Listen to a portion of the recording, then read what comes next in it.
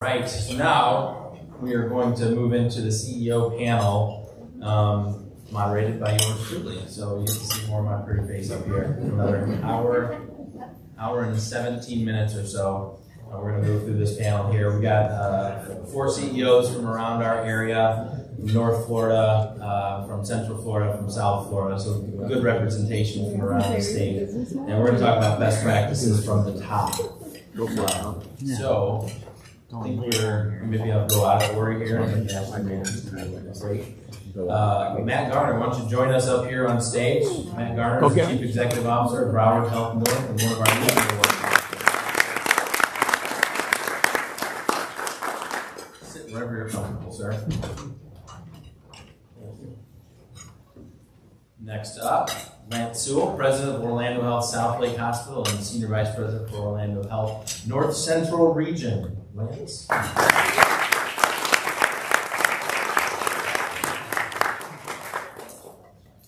right, next up, Kyle Dorsey, President of Baptist Medical South. All right.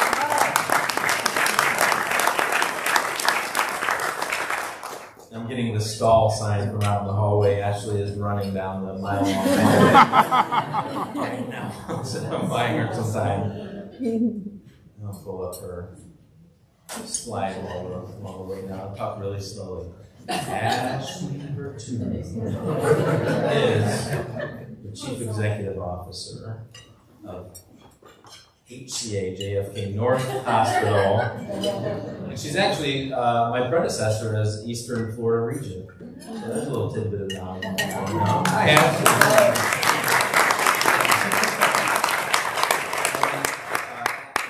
Tidbit about Ashley is Ashley and her executive team are going to be the keynote panelists at our Women in Healthcare Leadership Symposium event.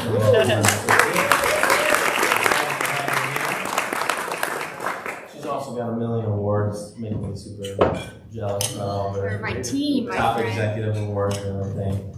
So welcome everyone to this CEO panel.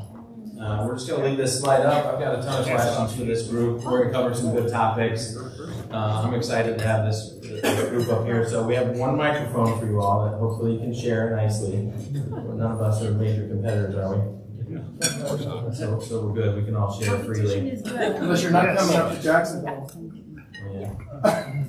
So let's start. Just a quick introduction of yourself, your name, your current position, maybe your background, your career path, becoming a CEO, and why you are or are not a fellow of the American College of Healthcare Executives.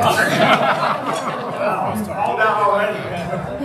Lance Sewell, I'm the Senior Vice President for Orlando Health's North Central Region. Certainly have a background mostly in finance, so I'm a CPA by trade.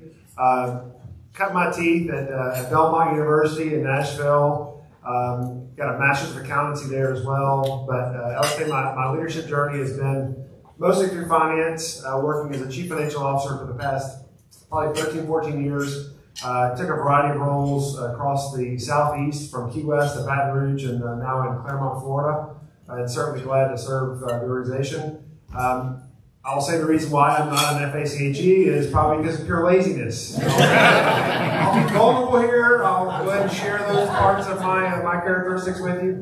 But certainly know that I've been very involved in the HFMA, sister organization, brother organization there, and certainly glad to be a part here today. Thank you. Hi, good afternoon, everyone. I'm Ashley VERTUNO. I'm the CEO at HCA Florida JFK North Hospital. And my journey's been all over the place. I've actually gone coast to coast twice. I have a business degree and a master's in health administration. And I've been with HCA now 7 years. I started in Kansas City as a practice manager and then moved on up. So my background's really in service line development and moved into the operations track, then to CEO. Been in Florida now 6 years, love it. Former regent as well, and literally love this organization. I believe it's the foundation to health administration and the success to a lot of my mentorship and mentoring, and I've been a member since 2010, and I've been a fellow since 2017. So it's been an amazing journey, and thank you for having me today. Great, good afternoon. My name is Kyle Dorsey. I currently serve as the hospital president for Baptist Medical Center South in Jacksonville. It's part of the Baptist Health System. Natively from Ohio, I went to the Ohio State University. I feel like I have to say that. So we'll beat Maryland this weekend. I have made my journey in healthcare initially through doing an administrative fellowship at Duke University Health System, and have just slowly migrated myself south. Have been in Florida for the last 9 years in a few different roles within the Baptist Health System. The reason why I have joined ACHE and became a fellow is because Michael Mayo put it on my personal goals. Work for him. But really, it's because of the relationships and the people in the room, the people we get to meet through this networking. Thanks. So good afternoon, everybody. My name is Matthew Garner, and I'm currently the Chief Executive Officer at Broward Health North, and also, as of 2 weeks ago, the Interim Chief Executive Officer at Broward Health Imperial Point. So I've been down here in been in South Florida for about the last 10 years, right out of grad school. I went to undergrad at University of Central Florida, got my Bachelor's of Science in Health Services Administration. Went to University of Florida for my Master's in Health Administration. So started with Tenet right out of school. Was at Delray Medical Center for my administrative fellowship, also for about a year as the assistant administrator. Moved on to another facility in Broward County. Went on to be Chief Executive Officer my first time as a CEO over at North Shore Medical Center, and then I have been with Broward Health now for about a year. So great experience down in South Florida. ACHE South Florida has been very welcoming for me. Thank you guys for the award. I really appreciate it. I joined ACHE because of the networking opportunities. Really broadening that network is really one of the most important things you can do. I earned my fellow credential back in 2021, and nothing but good things to say about the organization. Awesome. So Kyle, I didn't know you were a big Ohio State fan, but I'm a big Notre Dame fan. Hard questions need to go the other way. Anyways, there's a lot of different topics I'm going to talk about here today, and I'm going to try and lead through them as quickly as I can, but really be meaningful here, so not everyone has to respond. And let me give you some water, just because I'm going to grill you hard. I know just in case, want some water. So the first thing is, a lot of people in this room may aspire, they may be CEOs, they may aspire to be CEOs. What are some of the challenges that you have had to overcome in your journey to becoming Chief Executive Officer? Somehow this guy handled it. And you accepted it. And I accepted it. So I'll say there's been a lot of adversity within our careers, but I think there's also been a lot of support within our careers. And I'll just say I wouldn't be sitting here today if it weren't for the mentorship and the guidance of people who have taken the time to invest in me and my career growth. But I got into healthcare at a very unique time. I finished my master's program in 2009. It wasn't the best time to be looking for a job. I just say that from that perspective. It's a big reason why I ultimately made the decision to do an administrative fellowship, and I specifically took a 2-year fellowship because I wanted to be able to have some of that stability.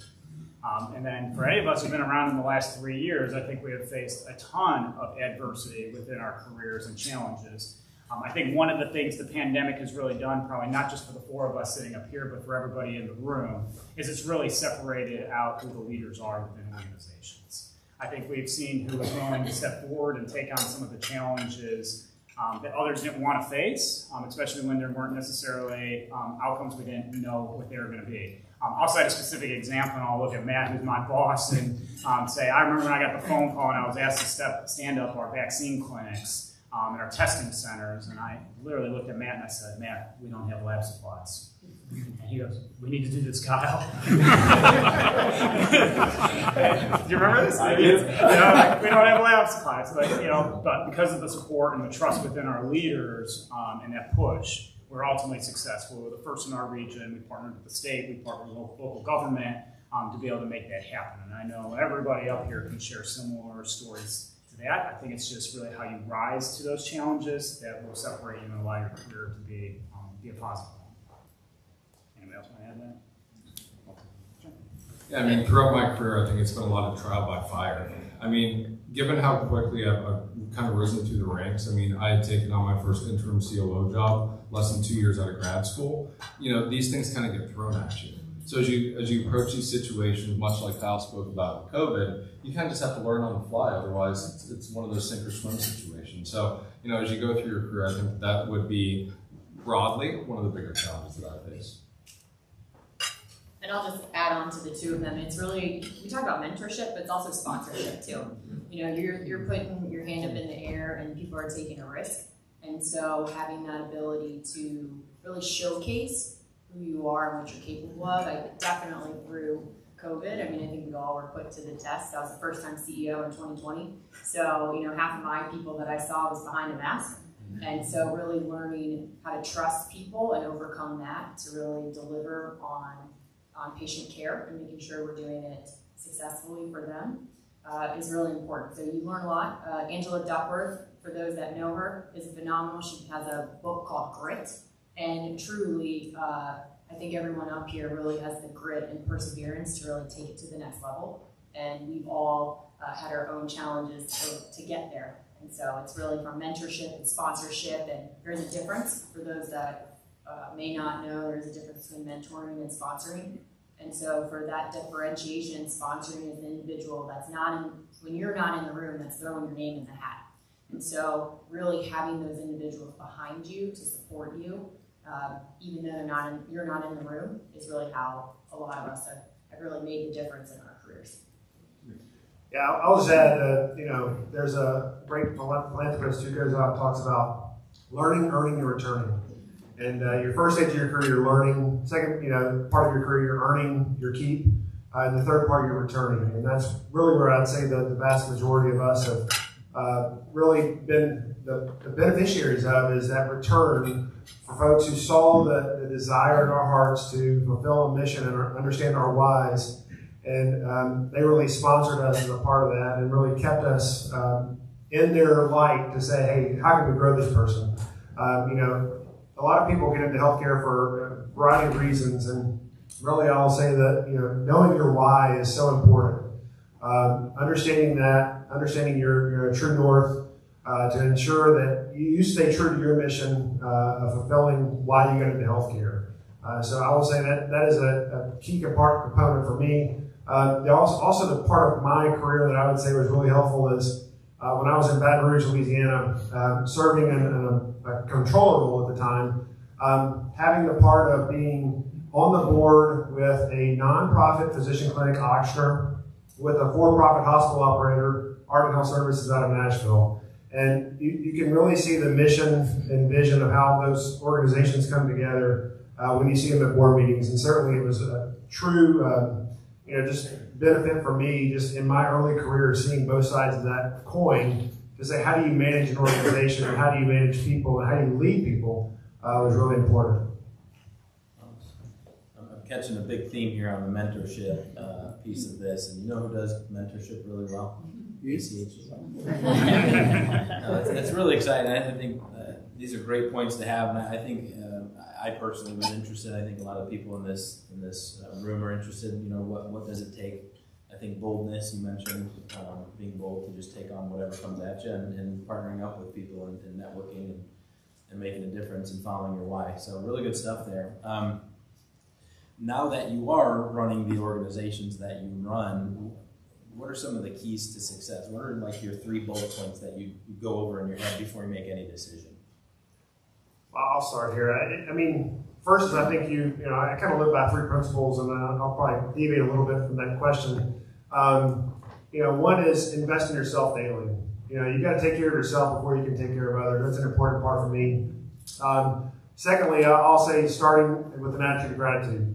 We're really just beneficial. I mean, you know, when you look at where we are in comparison to the rest of the world, we're in a great place. And certainly that's a part of that. So I look at that and say, how do I start with my perspective on an attitude of gratitude from that part?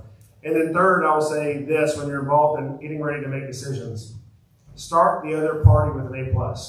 So there was a study done by a band teacher a couple years ago that said, instead of them starting with an F and earning their way to an A, let me start them with an A+. And I apply that to my, you know, we all have some difficult physicians we work with, right? We all have a difficult, community member we work with. And it's important that we start each of those interactions with A+. And so I try and start my individual, decision-making process with A+. How do I start everybody in the room with A+ saying, I'm not trying to just win something from me or take something from me, but how do I partner with them to make it happen? Man, Lance is, we really get each other's mind. So I call it my personal operating guidelines, and I've shared this with my team. And then on top of it, we've built team operating guidelines. But ultimately, you have to take care of yourself, just like Lance said. So for me, my team knows for me to show up as my best self to take care of and support over 700 colleagues, plus over 900 physicians, I have to go to the gym in the morning. I have to have the time for me to actually put in my own work to show up as my best self. So number one, definitely take care of yourself and your family. That's very important. The second is really around a unified front. So over the last 3 years, I've had the opportunity to rebuild an entire team to where I had 2 executives when I started. Now I have a team of 10. It's taken a long time to actually get the right players on the bus that have bought into the vision, have bought into the culture, and really know where we're going as an organization. And there is no time that we're going to be out in, whether it's in public eye or in rooms with our colleagues, that we're not a united front. We may disagree behind closed doors, but that is definitely something that we really do portray going into any type of meeting or any discussion with surgeons or community members. And then lastly, which is what Lance is talking about, assume positive intent. That is, out of our team operating guidelines, we have 6 of them, and these 2 are the top 2. No matter what discussion we go into or what email you've received that really just gets your hair caught on fire, it's assuming positive intent and really having communication. Open communication is critical in order to really succeed. And the root cause of almost everything that occurs is communication. And so really understanding those are the 3 keys, at least in myself and my team, to succeed. Yeah, so the 3 words that I would share, and my guiding personal principles, are faith, family, and team. I think the first 2 kind of take care of themselves, but for me, and it's one of the reasons why I have chosen to work for Baptist Health, and ironically through my whole career I've been with a faith-based organization, is it just aligns with who I am as an individual, and it helps center me. I think it's a big reason why many of us have chosen to get into healthcare. Family will always be a priority, and I say that for our team, and I think if you make family a priority for your team members, they will come to work and do whatever you ask them to do and roll up their sleeves. They can take care of that home life. And I think we've heard that in these examples. Very similar. I work out most mornings, I run most mornings. You're all welcome to come and join me for a run tomorrow morning. But then team, and I'm going to quote Elizabeth Gunn, who's in the back of the room. If you don't worry about who gets credit for something, you can get a lot done. So when I think about team, I think that's really the most important aspect. And I think what we want as members of the team is open and honest communication, even when it's communication that's not always easy to hear. And I think that's been really important just in what we've come through. So I think when in doubt, communicate and you'll gain that trust and you'll be able to overcome it. I think these guys crushed this question, so I have nothing further to say. He gets the next one. Yeah, I'll kick off the next one. Let's start with this next one. So this next one is really in your previous roles, and this could just be a clarifying question here for the audience, is have you been tweaking those same kind of core principles your whole career, or have they entirely changed? Has there been an aha moment in your life that you can kind of talk about that put you on the right track? Maybe you were focused on something different in a previous role, something like that. I mean, I think styles develop as time goes on. Like we've all had different bosses that I think have contributed to who we are as leaders, right? So like, I look back to my history of who I've worked with. Like my first boss was very much a hospital operator. He was very much in the weeds on things, was a stickler about every little thing. My second boss kind of showed me that there's a softer side to healthcare. You can connect with your teams. You can be vulnerable with your teams. You can joke with them a little bit. It doesn't have to be business all the time. So I would say that, yeah, I mean, over time, my priorities in accordance with my style has also kind of tweaked a little bit. I wanted to start out as that operator that was in the weeds on everything, but again, softening that approach a little bit really showed me how you can contribute to a positive culture within the hospital, which I think is really probably the most most important thing as we take on these roles. You know, you have to establish a culture that you believe in, and your teams have to buy into that. To Ashley's point about a unified front, I mean, that is so important amongst your leadership team. So I'd say that, yeah, my style has changed a little bit over time, and I can say that my style and my focus on the personal aspects of life will be changing here shortly, because me and my wife are actually expecting our first child at the end of February.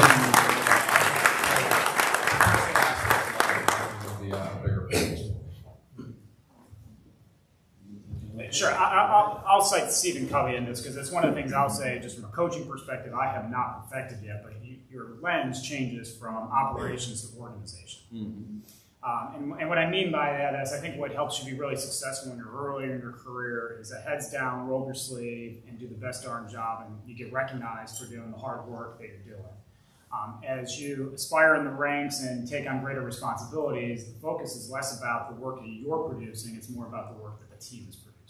And it becomes more of that organizational focus. And I'm an operator at heart. You can ask anybody who I work with, I see a big smile in the back of the room. I mean, that's where I think my strengths are. So for me, it's something I'm continuing to work on, and I would say really is what I think separates really stellar leaders from others. I'll just make one comment, and it's really, what side of the jersey are you playing for? Are you playing for the front, or are you playing for the back? And I think early on in your career, you're playing a little bit more for the back, right? You want to get those promotions, but ultimately, we're really there for the mission, and we're there for the organization. So I'll leave it with that. Certainly, I echo what Kyle said about the early your career. You're developing your operational efficiencies. You're trying to grow your career. And certainly there was one moment in my relationship with my previous boss, John Moore, and certainly a wonderful human being who looked at relationships as very important as part of this. And sometimes they can say the finance guy is always the one who's looking at the numbers and just worried about the numbers. Certainly that was a key part of what I was doing in my previous role. But there was a part where you look at the relationship and say, okay, listen, we had a group of physicians go and build a surgery center that's competing with us right across the street. Yet he always valued that relationship. And it really opened my eyes as a part of my growth and how I could, you don't always have to say I'm going to win today, right? But how can you create win-win-win relationships and alignment for the rest of your organization? Because ultimately it's about serving our community. And when we do that, we do it well. It's not going to be, our organization or this position or whatever it is that gets the credit. It's about how do we all work together to benefit our community. And certainly that's a key part of what we do on a daily basis. So I'm hearing a lot of themes ongoing. The theme I just heard basically was moving from operations and doing your specific job hands-on really well to helping others do that. What are your formulas for success in motivating and getting your teams to then do the same, to maybe either lead other teams or to operate their area of work really well? How do you manage all of that? Well, I think, getting out and knowing your team. You don't need to sit behind a desk, or you don't need to, be out in the community so much, but you need to get to know your team and what energizes them, what motivates them as a part of how you can lead them. I try to get out and round, at least twice a week, handing out candy, doing something, do nights, make sure you do nights, weekends. We're 24/7 operations, and so we always like to be out and involve them. Understand what helps them in tech. And I think the part of our leadership journey is having the impetus to not just know your numbers and know your strategies, but also how can you enhance what your teams are doing to help them grow. And that's really a part of this that I think is truly important, because you can't do anything without them. And you have to know them. You have to know what makes them tech. I think all of us are pretty competitive, and I myself am pretty competitive with how I make sure that our team improves every day. How do we do 1% better or 0.1% better every day for the safety of our patients, for the patient experience, to help them grow and improve? Yeah, remember, we're in a relationship industry. So interesting enough, I was talking to Jake about this because I saw him present at Congress a couple years ago about how to wow, onboard new employees. And I took that back to my team and crafted our own vision on bringing new employees into the organization. And so getting to know your colleagues, as well as the key to success for our facility is getting to know what their career aspirations are.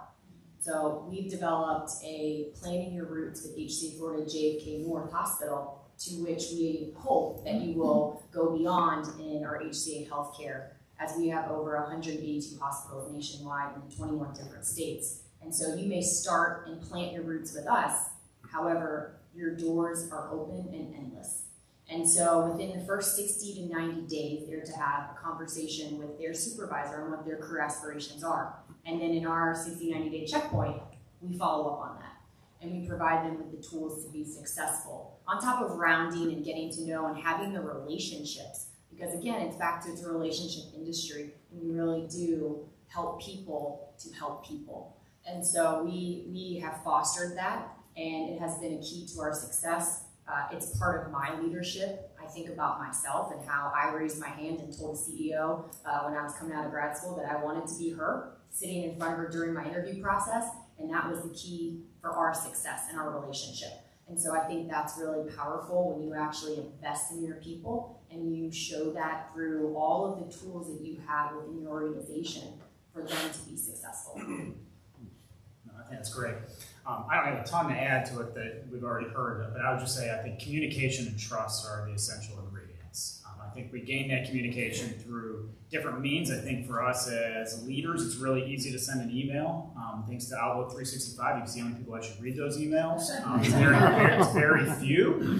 So I think that communication needs to be tailored in very different facets depending on who we want that communication to get to.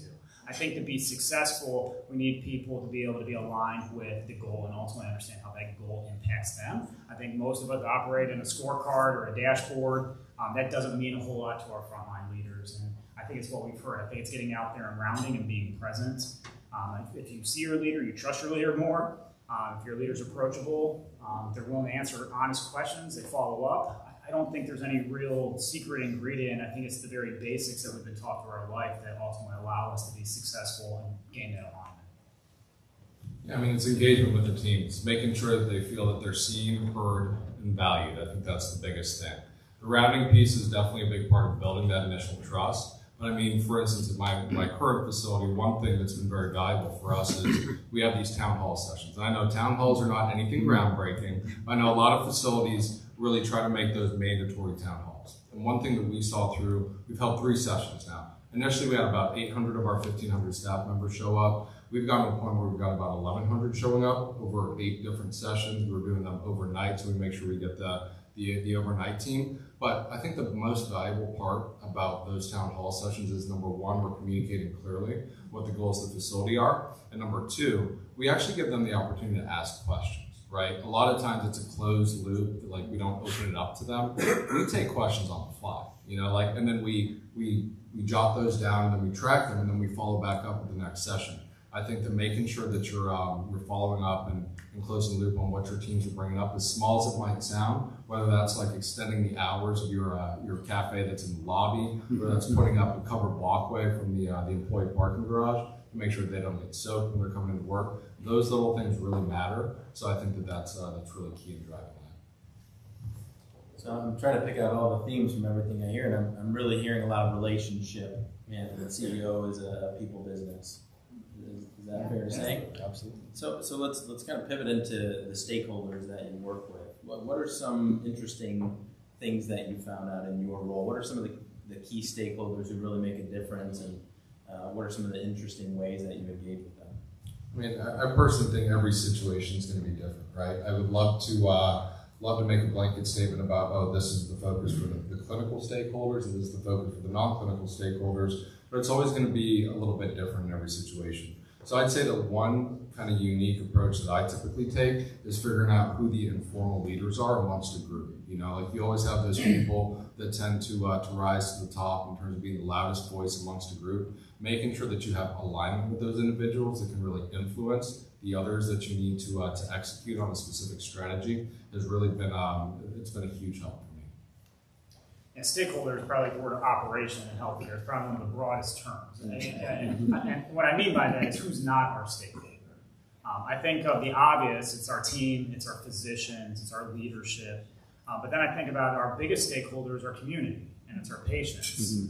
And while none of us are direct competitors, I mean, ultimately we have the same goal of being able to serve the community and making it healthier and better than it ultimately has been. But then I also say politically, we have a lot of stakeholders. It's almost scary when we step back and think about what a single signature can change for every one of us sitting in this room from a reimbursement perspective. So I think our job as leaders, not independently, but within our organizations and our executive leadership teams, is really how do we align those stakeholders around common goals. I think that's probably the hardest act that we have to do. I don't think there's a magic bullet. I think it goes back to our previous question, really focusing on communication and making information readily available and understanding the pros and cons of the decisions that we're going to make.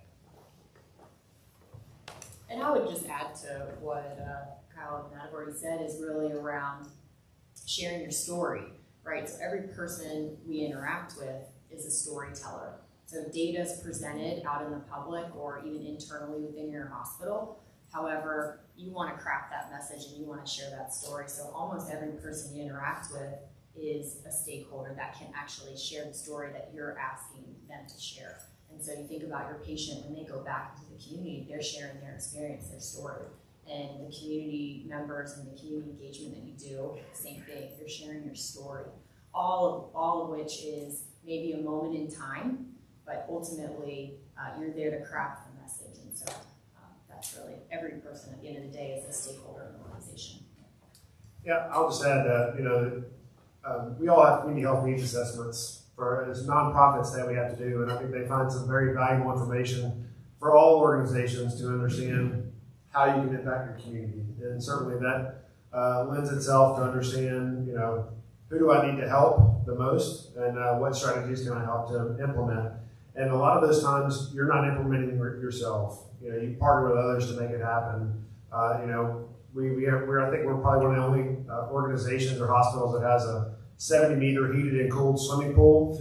And so it's one of those that, it's born out of a need in the community. We also have a track that, trains some of the highest profile athletes. But so it's really beneficial when you look and see the community coming in for, Saturday morning soccer games on your campus and how that can impact the community as a whole. Because, we're not going to see change individually here for the community stakeholders that we want to serve, but we're going to see it in generations. So I think planting the seeds, improving our nutrition and exercise and all those things really improve the overall lifestyle of the communities we serve. And so that's really what it's about for us, is understanding that. And when we look at stakeholders, honestly, I firmly believe that looking at our community first is really what I want to focus on.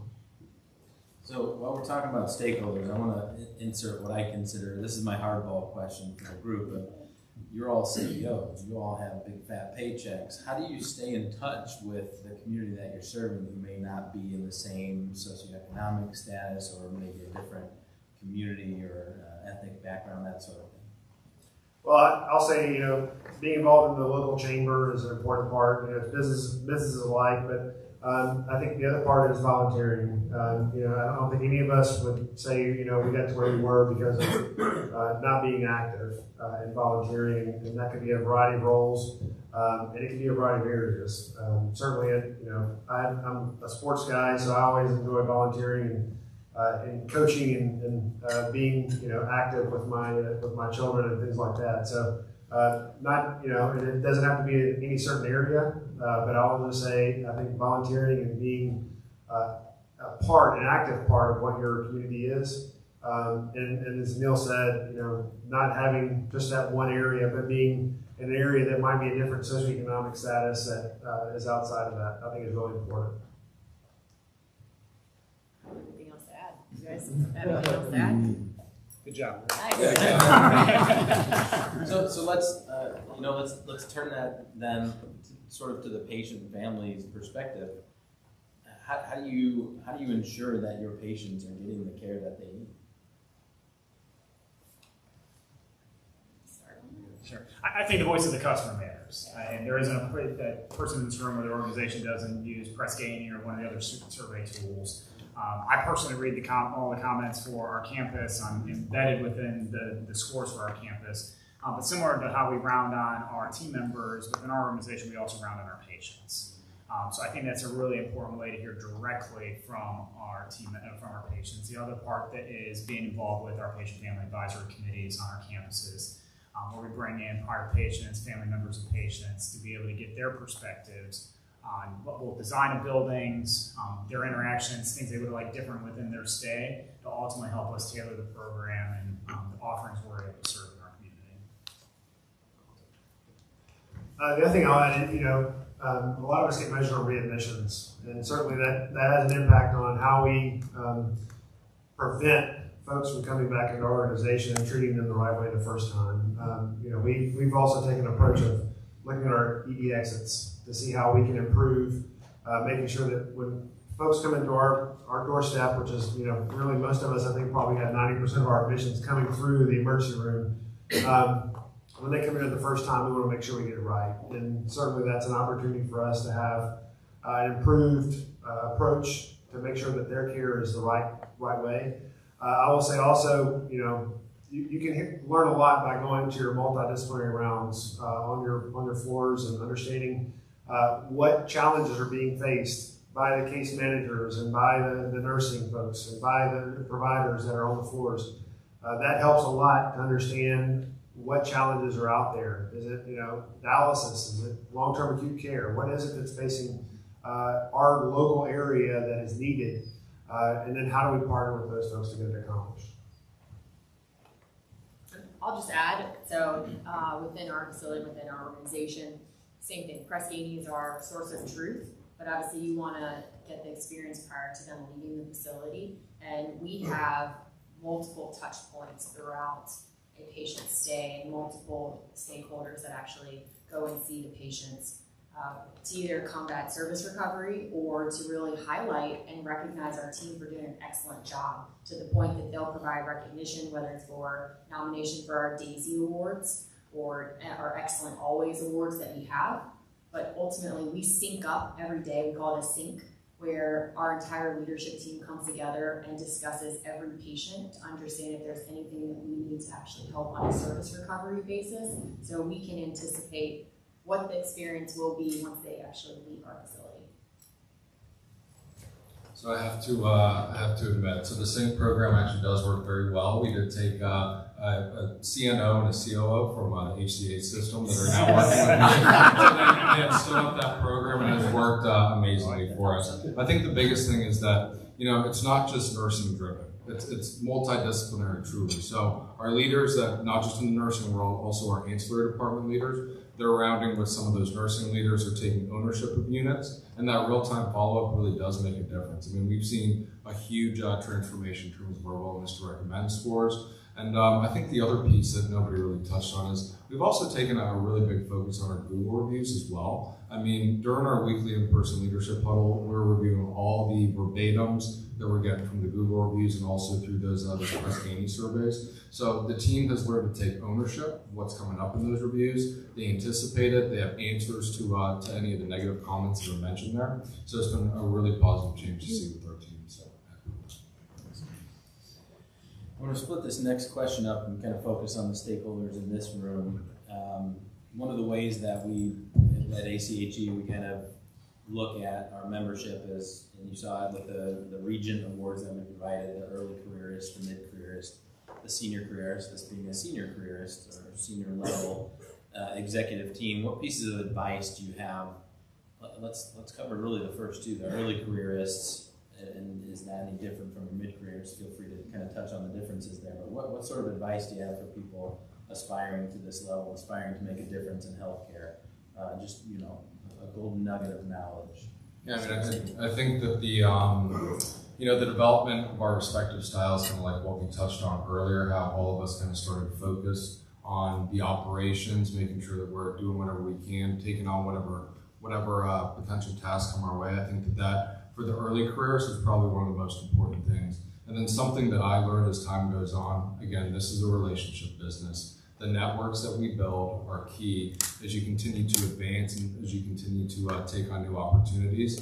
The network that you have is going to be the biggest group of advocates for you as you continue to rise in the field. So I think that would be my piece of advice to early careers. No, I think that's a great question. It's, the first piece I would give is enjoy the job you have, and do a really good job at the job you have. And I think we talked about that a little bit earlier in the panel discussion, is if you excel in the position you're in, that will be recognized. If you're not happy in the job you're in, change.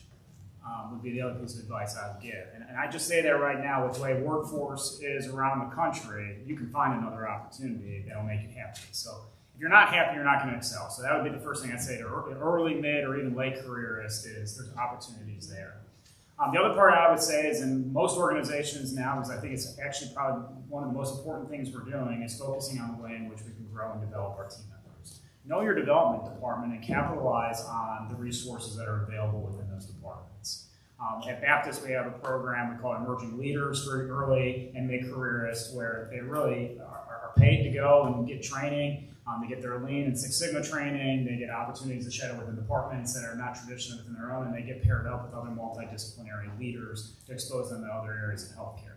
The other part I would tell them to do is to find a mentor, and your mentor doesn't need to be your boss. I actually would almost encourage you to find a mentor outside of the organization that's familiar enough with the organization or your position that can give you candid feedback. I'll put it this way, one of my early mentors, his name is Tom Chikaroa, had no healthcare experience, but came into Ohio Health bringing Lean and Six Sigma methodologies. But the one thing that he did a really good job at was pointing out the things you don't know. And I know it sounds really silly, but I think every one of us need that person who's going to be willing to call out those blind spots that we're not aware of, and willing to say the difficult things that aren't easy for us to hear and not for you to be able to react to. I think that's important no matter where we are in our careers, whether it's early, mid, or late. It's how you adjust to that I think will ultimately make you more long-term successful. And my advice is going to be, it doesn't matter where you are in your career, because number one, you don't want to burn a bridge. Healthcare is very small, and as you heard Jim say, ACHE has over 40,000 members. I work for HCA, and we have close to 300,000 colleagues that are in our organization. So you think of just those numbers alone, that's a lot of people that work in the healthcare industry. And so I've lived in 5 different states and have crossed paths with many people outside of just being members of ACHE, but that have actually gone from different organizations. You heard Matt talk about, he's got 2 HCA colleagues that now work with him.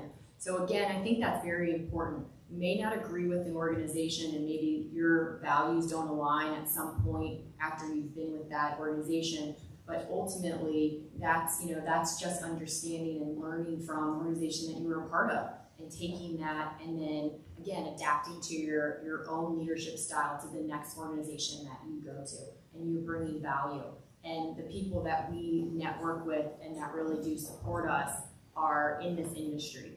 And I highlight that it's not just hospitals. You know, our industry gets smaller and smaller. When you think about the implant vendors, pharmaceutical, insurance, all of those individuals are part of ACHE. They all have an impact on our lives. And so that's really, I think, a pivotal moment, specifically early careerists, but ultimately I think all of us, as we know that can actually make and break a potential next job and next hire is that network and that connection of not burning a bridge. Yeah, I think I'll just add, when you take on a role or take on a position, take on it for the new, the newness of it and the change and the evolution of what we want to see in your professional career. But I'll also say that, I think some folks in their early career can be so aggressive and so in tune of wanting to grow that they make it so known that they want to grow that it grows them out of their current position, and people get turned off by that pretty quickly. So I would just say, when you take on additional roles, and you make it known to your leader that you want to grow, and to that mentor outside the organization or within the organization who's not your boss, help them understand that. But once you've said that, you don't need to say it again. It's one that, once you say that word and say, hey, listen, I want to grow within the organization, or I want to do this, you don't have to reiterate that. It's known. That leader will make sure that they carry it forward for you. And if you're doing the right work, you'll get noticed one way or the other. So I would just say that as an early careerist, make sure you're on that. And as a mid-careerist, start thinking about giving back. That's a part of this that I think is really important that we all too often don't do a great job of, is because we're so invested in what we want to do as in our own careers that we sometimes lose sight of that. So I don't want to lose sight of the audience. You got to know your audience here, right? So I know we have a pretty good mix of senior leaders here as well, so I don't want to leave them out. So what sort of peer network or what sort of collaborations do you have in place, or how do you interact with other senior leaders at the same level of other organizations or within your organization? What does that look like, or what could that look like in an ideal world? I'll start with, within the Orlando Health Network, we have our presidents and senior vice presidents that work together. We meet together once a week on Tuesday morning at 7:30 in downtown Orlando, and certainly for some of us, it's a little bit of a hike, but it's very beneficial because you hear a lot of the same trends that are happening with them. I can share, the things that are going on in our organization. More than likely, it's going to be happening at either South Seminole Hospital or Health Central Hospital here in the Orlando area. And certainly that can help us understand, what's an approach and what are the things that I need to do to solve problems, or how do I engage my team, or what other resources are within the organization that are so valuable that I can lean on them to help solve this problem. So, I think not trying to solve it all on our own, but sharing that is really important from within the network. Outside of our network, I will say, I would look to your community leaders. Be involved with the chamber, get to know your chamber leader. I think those can be very valuable to understand what's going on in your local community and how you can work with local business leaders to get things accomplished. The only thing I would say, I think you nailed it with the chambers, and local boards are really great ways to get involved. I think internally we all have forums to do that. But the other part I would say is just because you work for a different health system doesn't mean, or a different organization doesn't mean you can't be friends. I do an informal quarterly breakfast with all my peers from the health systems in our supporting area, in our primary service area. We don't talk a whole lot about business, but it's all about the relationship. And it's really about serving our community. I know that happens with all of our health system CEOs as well within our region. And so I think that's really a best practice. And I think it's one of the reasons we've even responded the way we did within the pandemic. We came across as a unified front regarding mask wearing, COVID vaccines, et cetera. I think it helps alleviate some of those mixed messages that we see in the media about other things. So I would just tell you to reach across the aisle, and it's okay to be friends. Yeah, I tap into my network outside of Broward Health quite a bit. I mean, those are typically phone calls on the way home. If something came up during the day that I might have a question about how that organization is doing it, I do tap into that network quite a bit. I will say one thing that's a little bit different about Broward Health compared to any other organization I work for is probably the political aspect. I mean, we are a not-for-profit, taxpayer-funded health system. So, I mean, the politics that are involved with a system like that are very real. So understanding how the political machine, if you want to call it that, kind of contributes and drives and gets certain things done for you at the system, that's been kind of a learning curve for me. So it's been very important to forge some of those relationships, specifically with our Board of Commissioners and some of the local politicians that are very involved with the inner workings of the organization. So that's just a little wrinkle that's a little bit different than what some of my current I want to address the elephant in the room. This panel is fairly young. I don't know if anyone noticed that. But most of you guys and gals are in a career level that many of us aspire to. So what do the next 30 years look like for each of you? 30 years. Retired. Let's start with 10. The next 10 years, this is probably going to be an unpopular answer amongst this group especially, but, I'm very happy where I'm at right now. I think that advancing as quickly as I have in my career, again, I finished up grad school about 9 or 10 years ago, right? And so it's kind of just been like a constant move up. I wouldn't mind a little bit of time to grow into a role for a little bit. And given some of the stuff that I'm working on locally at my hospital with a recent affiliation agreement we signed with Florida Atlantic University, some work that we want to do on building this into a true academic medical center. My personal desire from a competitive standpoint to take over Broward Health Medical Center, or Broward General as it's known in our market, as the flagship within the system. Those are things that I'd be happy to spend some time working on over the next 10 years. So again, might not be the most popular opinion. Most of these guys are probably going to be like, I want to move on to a system level, but I'd be happy where I'm at right now. I'm going to let Matt Zawino answer that question. No, so in more seriousness, I see myself only getting more involved within our community. I think as we grow as leaders, we got to expand outside of our organizations. I think one of the things that we really pride ourselves on is most of us are probably the largest employers within our areas. We have a great amount of influence within our communities.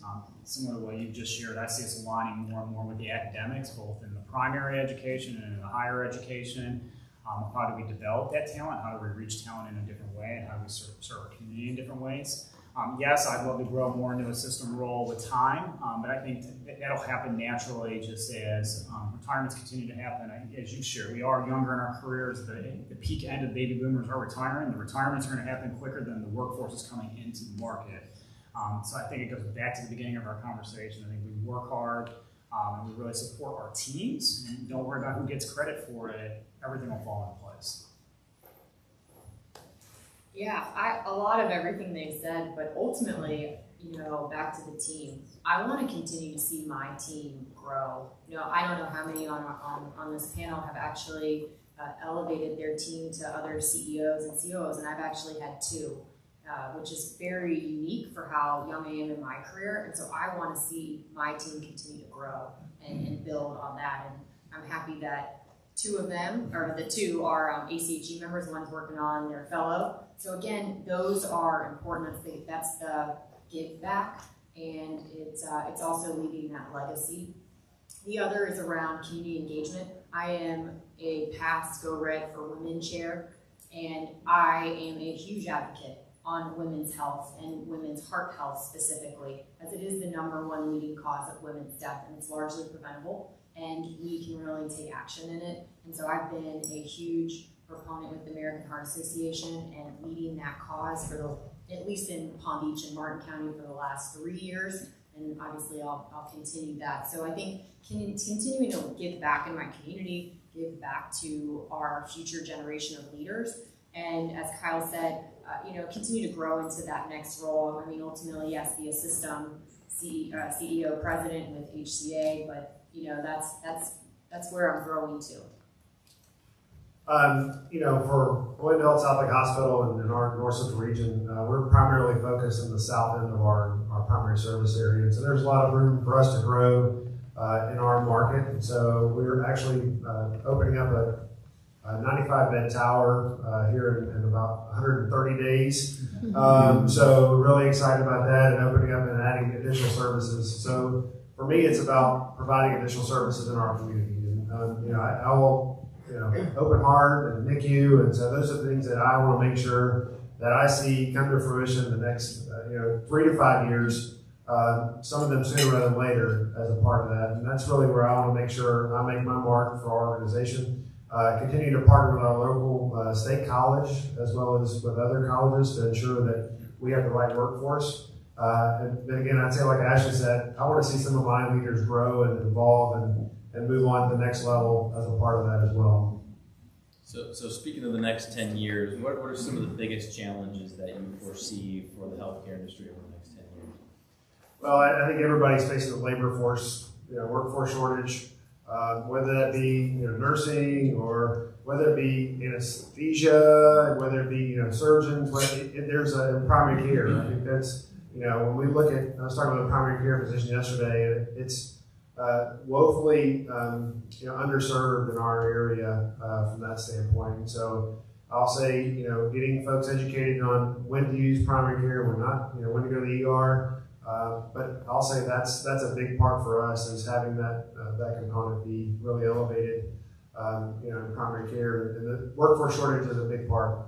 Innovation, never has there been an endeavor for us to innovate over the last 3 years. And certainly whether it be an MRI technology or having, you know, a monitoring component for a hospital at home. I think that's truly an impact for us. And when you look at virtual sitters and other things that really impact us all, I can go on for days with this. I mean, I'm sorry, you're giving the wrong person the mic. Mental health as a, you know, as a component. And so I'll say that that truly is a need for us to innovate. And you know, Go Red for Women. You know, how do we impact and improve the outcomes for folks? You know, not just women, but for all. You know, everybody is, how do we ensure that cardiac health is important and make sure that we prevent so much more than we, you know, just going to treat. So I think there's a great opportunity for us to grow and innovate, you know, ensure that we're investing in those innovative components to help us ensure that, you know, we make it better than when we left it. So. And I'll just add on the physician shortages that are coming up. I think a lot of us are aligning with organizations that can have a medical education part to their campus or to their organization. We have a large graduate medical education within HCA. However, you have to think about a lot of those physicians that go through the residency program and go on to fellowship, right? And so they may not be coming back into your organization and specifically in the area that they trained in. How do you retain the physician workforce in your area? So creating additional fellowship tracks and looking at that. But that's a real challenge, as Lance shared. You know, anesthesia is definitely one, but we have to have physicians to help us take care of patients. And so, you know, looking outside the box with technology. So whether it's virtual or not, we have a platform which I think everyone can actually utilize, but it is something that we use in our system called On Demand or Doctor On Demand, and it's an app. And I mean, within 2 minutes, you can have a physician and/or APP on the other end to help actually talk to you about your symptoms on whether or not you need to go to the emergency room, maybe urgent care, or they can even treat you right there. And so we utilize that from our colleague standpoint, and it's something that's actively out there. So it keeps the patients that don't need to go to the emergency room outside of the hospital as well. I don't have a ton to add. I'll just hit on what I think are the hot topics. I think workforce, behavioral health, the aging population.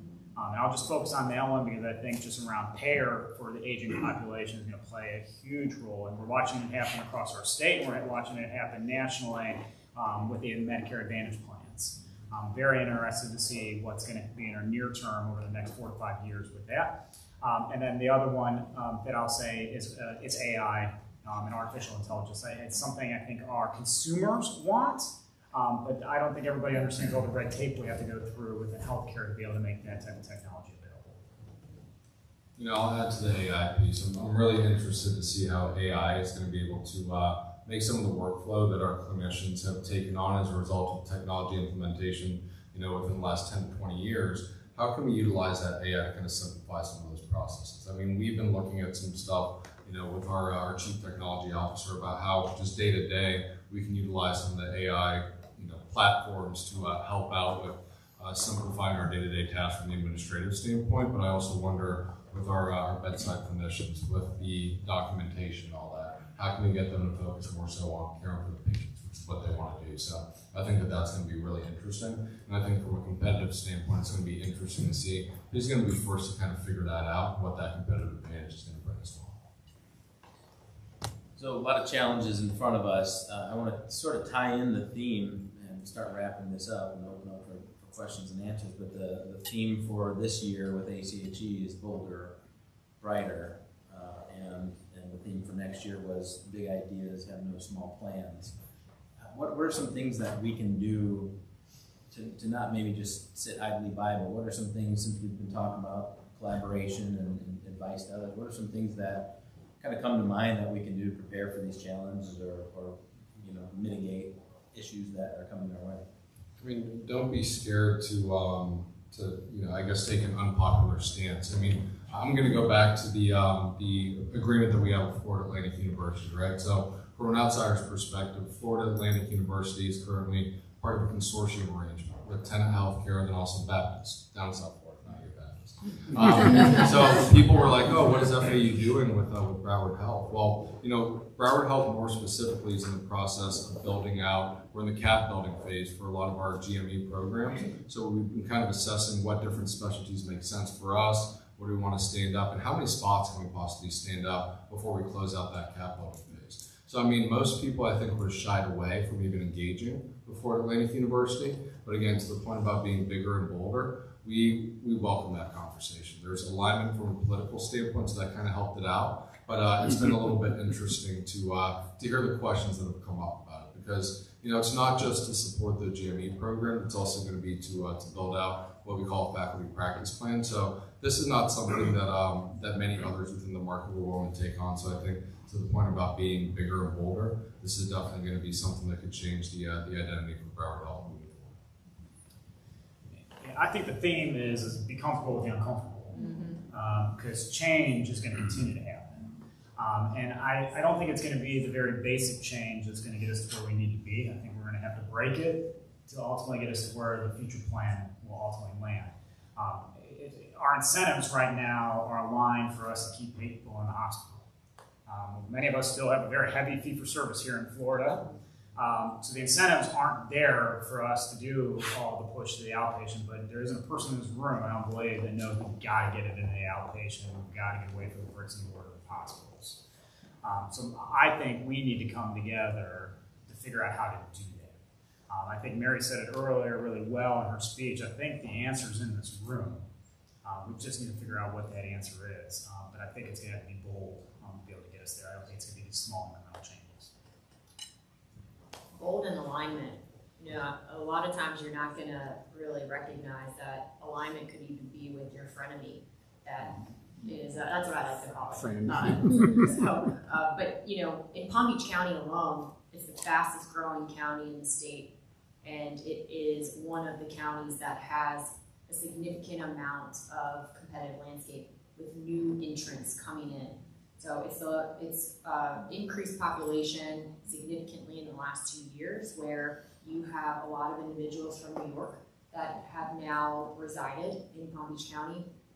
And you also have New York systems that have moved down. So you have Mount Sinai, you have, a bunch. I'm like drawing a blank, but essentially you have a significant number of New York entrants, and so you have to figure out how to align. And again, it's about being bold, and it might be one that's not popular, and it's really about the community, right? So bringing it back to the community, and how can you really resonate with what the community needs are to align on the same vision for the patient. And so yes, being bold and really taking the unpopular approach may be the way to go. I'll just add that, you know, the impetus for change is here and is near. You know, when you look at, you know, I think most of us probably have, you know, 50%, close to 50% Medicare population, and certainly we've got to, you know, bend that cost curve to ensure that, you know, we can break even on Medicare at least. And so that's a part of this that I think we have to focus on the current operations to ensure that we're doing things the right way, and you know, comparing ourselves against other organizations that might be doing it better, and you know, really leaning on them to say, hey, listen, how can we do this? I'd say the other part of this is that we've got to start with our question. The other part of this is that we've got to have the component of how do we get to the preventative side, and as you know, Kyle alluded to, the part of this that we have, we're all based on fee for service, and we get paid when folks walk in the door, and but how do we help prevent sickness before it happens? And that's really where I'd say the other part of this that we need to really challenge ourselves on is, you know, looking at, you know, heart failure and having conversations with our primary care physicians to partner with them and cardiologists to understand when do we say, you know, have advanced care planning discussions, and when do we start having other conversations about, you know, making diet changes and other parts of this that can impact our community as a whole. I just want to close out with my last question. I'll open up for questions from the audience. We're at an ACHE event. I feel obligated to talk a little bit about leadership development. What are some things that you are or could be doing with your leadership teams to help kind of open up their time, free their time, change their focus to some of these impending changes that are coming along? Well, I think, there's an opportunity for us as an organization to give, a day a quarter to our team to say, hey, listen, take it. We like the remote side. Some people like remote work. And when I say remote, it's like you're out from underneath every day answering the phone or answering emails. But, look back, Orlando Health has 6 strategic imperatives that we live by. And certainly those are important for us to ensure that we live out our mission. I'm going to challenge our team to ensure that we have at least one day a quarter for them to go out and, forget about email for a day, and unless it's really, really important or you get a text or something like that, but focus on how you're going to impact that moving forward. And one of those is drive growth and innovation. So ensuring that they can grow themselves, but also innovate for the benefit of their team and for the benefit of the patients. Ours is just really around embracing vacation. I think some of us have probably worked for leaders that may have held it against you to take time off, and you're then actively working while you're on PTO. So our big focus is around utilizing the time to really re-energize yourself, whether it is going to a conference, maybe that's something that fills your cup up, or it's actually taking time with your family, or really that mental recharge. We've opened a wellness center at my hospital this year for our colleagues that are actually on campus and may not have time to really get away, but ultimately really as a way for them to have that moment recharge, as it does. Those hormones that you generate really actually help to the day and impact the patients that they serve. So we're embracing vacation, and I know I am one that has to take more of it, but it's definitely something that our employees actually see. We're a role model for them, and so they actually see how much time we take, and if we're actively working while we're on vacation, that's the role model that they're portraying. So we're really doing that. I think that's great, and because I would say this, and I'll tie into my answer as well, is we are the most meeting-intense industry ever. And I think one of the guilty things we do is when people are on vacation, we thank them for joining a meeting. I mean, it's absolutely the worst thing we can do is thank somebody for joining a meeting. I'll credit Matt because he's in the room too. We do this weekly debrief, and you're only allowed to join if you're physically in one of the boardrooms. And he lives by that, all of our leaders live by that, and I just think that is really an example we should set for others and throughout our team. And one of the things we do, and I will say we've had some variance, especially as we just come through the end of our fiscal year, is really doing protected rounding time. And that is where we give our leaders the excuse to skip any meeting within that time to be able to be with their team and to be with their patients. One, I think that grounds people back to the mission of why we've gotten into this industry, but also allows us to focus on what we've talked about this whole afternoon, is the relationships with our team and with our patients. So I think that's honestly the most important thing we can do. I mean, for me, it's internally we do our LDIs, our Leadership Development Institutes. We choose a topic that our teams have raised up as a potential development opportunity. We take the time to focus the day on that. And then from the external standpoint, I mean, just making sure that if our team members are actively pursuing these ongoing outside educational opportunities, we do take the time to actually fund that, give them the time and way to do that. That's what we're doing actively support. All right, that's all my questions. I'm going to open it up to the audience. Yes, Charles. It's really good to hear all the good success stories. Could each of you tell me a failure that you had during your career that made you a better person? Where do we start? I'll start. I'll never forget one of the things that we had is being part of Art and Health Services out of Nashville is you had to give a budget presentation. And certainly this was right after Katrina had happened in New Orleans, and we're in Baton Rouge, and so we're getting an influx of patients from New Orleans. And we go to give a budget presentation in the corporate office at Nashville, which was highest individuals in the organization, and it was a flop. And certainly that was something that said, hey, listen, no matter what the circumstance, always be prepared, know your numbers, give the story of why you think it's going to happen, and then live by that. Grow, and also the other side of that was be vulnerable. Like, listen, if you don't know the answer, don't say an answer you think you know, because generally those folks that are on the other side of the table, they're much smarter than you, so they're going to know right off the bat. I would say mine is around physicians. I think all of us probably have some of those, but really focus on, I think really understanding you can't build a program with just one physician, and that's pretty critical. They may be the medical director, however, it's a full team behind that, and when you're recruiting new physicians into that program, it's having the full support of that team versus just one individual. So a big failure that I would say is really an opportunity that I was able to pivot and embrace has been a 2-year journey that I was on, really building a program and trying to bring a physician from another system. And we had the dotted line. I like to use the analogy, we were up at the altar about to say our I do's, and there was no I do on one end of that. And so I think you put a lot of investment and a lot of time into really building programs that are for the community and for your hospital, but making sure that all key stakeholders, no matter who they are fully bought in, because ultimately that can be your deal breaker.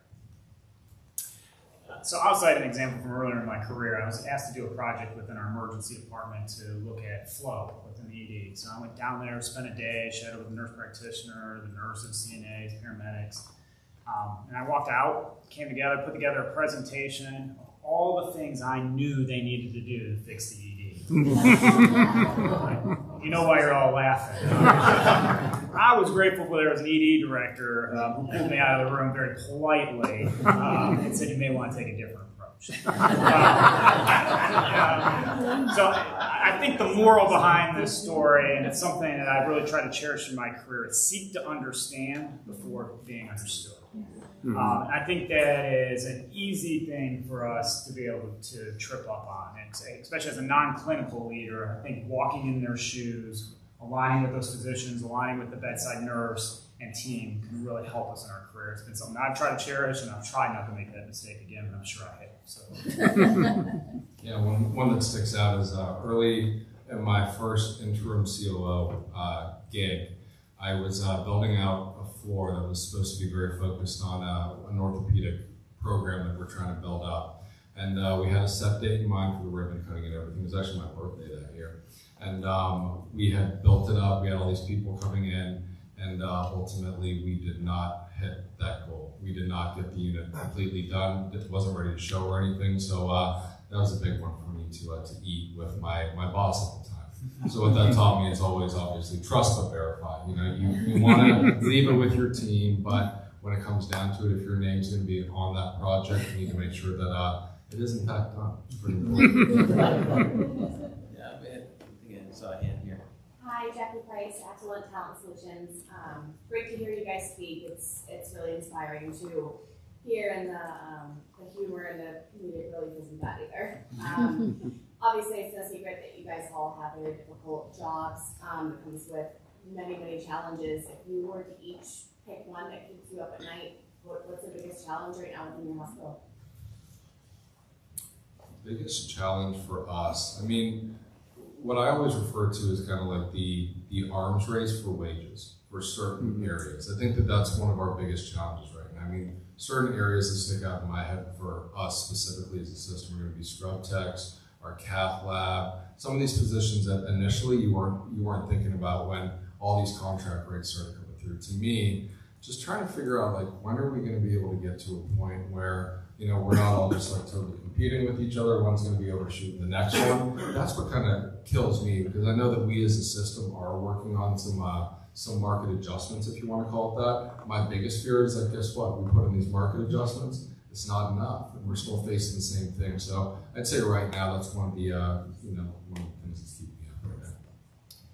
Yeah, I think workforce is obviously at the top of the list, but to talk about that, I'll also just say just the reliance on governmental subsidies to be able to make the margin work. We just wrapped up the fiscal year for CMS. Came down to the second day again, 2 years in a row for DPP, a direct payment program to be signed. And what that means for a lot of the not-for-profit organizations here in Florida is a pretty significant impact to the bottom line. I worry about that more as a long term. How do we continue to survive like that? And because our margins have been totally eroded since the pandemic, I don't think it's sustainable for us to continue to be able to live on those shoestring margins while the payer margins continue to just skyrocket. What did United just claim? They made $4 billion in the last quarter. Any one of our health systems make that in the last quarter? So to me, that's what keeps me up at night. Is that at some point that's got to reconcile. Mine's actually around safety, colleague safety. You actually heard Mary talk a lot about mental health and what's going on in the state. What she didn't mention was how many facilities are relinquishing their Baker Act, which means that our emergency rooms are continuing to have a significant amount of patients that may have mental instability, and that's critical for your workforce, not only your frontline staff, but your clinicians as well. And so really ensuring that we have the infrastructure, but the clinical pathways for our colleagues is important. So we've done a lot of work around safety because and mind you, I'm at a 280-bed facility, 123 of my beds are a behavioral health pavilion that's attached to my hospital, so we have a psych intake, but we're not the only facility in our county, and everyone is experiencing this in their emergency rooms, and so keeping your staff safe is really a top priority, because then it doesn't matter about the wages that you're paying. They may not come to work for you. And so ultimately, that's something that keeps me up at night. I'll just say, in addition to the constant worry I have about the safety of our patients and the safety of our team members, I think the other part is mine is looking at the capital infrastructure we're going to need to ensure that we can grow in accordance with what we're going to need in the future. And certainly that has an opportunity, because you can grow, buildings and everything that, might make sense. But right now, I think we're paying about $2 million a bed for a facility that's opening up. And so when you look at that and add the razor-thin margins that all of us are probably experiencing, that becomes an imperative for us to ensure that we're building the right way to match what our patients are going to want, what our community is going to want, and what's going to happen for the future. And that means a hospital at home. Let's do that. But I think it's how do we grow the right way and ensure that our capital infrastructure is there for the future. So we have time for one more question, and not everyone can answer this one. I don't know if we have enough time for that, so fight it out amongst yourselves. That's the best answer. Jake, go right ahead. I sort of liken this to the dating game. So you all are contestants on the dating game, and this is Thanksgiving dinner in upstate New York. We're all thinking about moving to Florida. My wife is a cardiac surgeon. My brother is an anesthesiologist. My sister is a surgical tech nurse. By the way, recruiting cost for a nurse in America is $84,000, but she's surgical, and it's $300,000. Anesthesiologist, about $800,000. Credentialing, another $200,000, so there's $1 million there. My brother Tim, or Kyle, runs EVS for Crawford. My other two sisters are also in healthcare. We're going to move to Florida. You all sent my wife acceptance letters. What's your differentiator? Sell us in 1 minute why we should work for you. I need to hear everyone's answer. I would say culture. Culture, I think, is what has to sell. I think at the end of the day, you got to be a part knowing that what reason you got into healthcare, you're going to be satisfied when you go home. And certainly, I think physician burnout is a real thing. Provider burnout, whether it be nurses or CT techs or lab techs, it's a real thing. And certainly, that's something that I would say culture, at the end of the day, is going to win 9 times out of 10. Culture eats strategy for breakfast, so absolutely. On that note, I have to get on the bright line. So I'm going to leave it to my colleagues.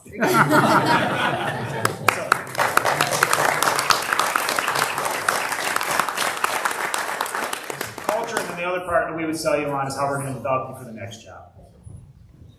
Just come off from my hospital. I think that you'll be very happy. All right, well, that concludes the panel. I want to thank everyone up on the panel. Thank you, Ashley. Thank you, Matt, Kyle, Lance. All 4 Florida chapters are pitching in to make a donation to the Fund for Healthcare Leadership with ACHE. So thank you so very much for joining us.